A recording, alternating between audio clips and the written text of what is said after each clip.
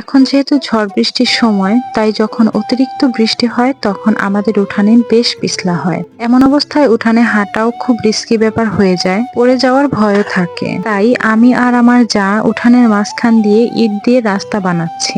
আমি ইটগুলো সাজিয়ে দিচ্ছিলাম আর সাথে কাঁচি দিয়ে মাটিগুলো কিছুটা আলগা করে দিচ্ছিল, যাতে ইটগুলো ভালোভাবে সেট হয়ে যায়, পা রাখলে যেন পিছলে না যায়। কাজের মধ্যে শ্বশুর আব্বা এসে বলল, বৃষ্টিতে ভিজতেছো, ঠান্ডা লাগবে। পরে বললাম, কিচ্ছুই হবে না, আল্লাহ ভরসা। আমাদের আশেপাশে এখনো অনেক মানুষ আছে যারা এই অনলাইন সেক্টরে কাজ করাকে নেগেটিভ ভাবে নেয়। আসলে তাদের কোনো ধারণাই নেই যে এই সেক্টরে কত মানুষের কর্মসংস্থান হয়েছে।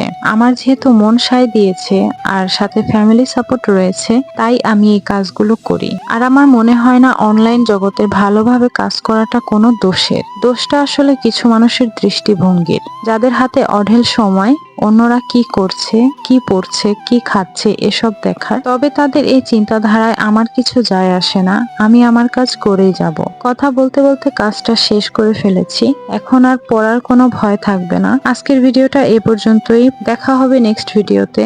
ততক্ষণ পর্যন্ত ভালো থাকবেন, সুস্থ থাকবেন, আল্লাহ হাফেজ।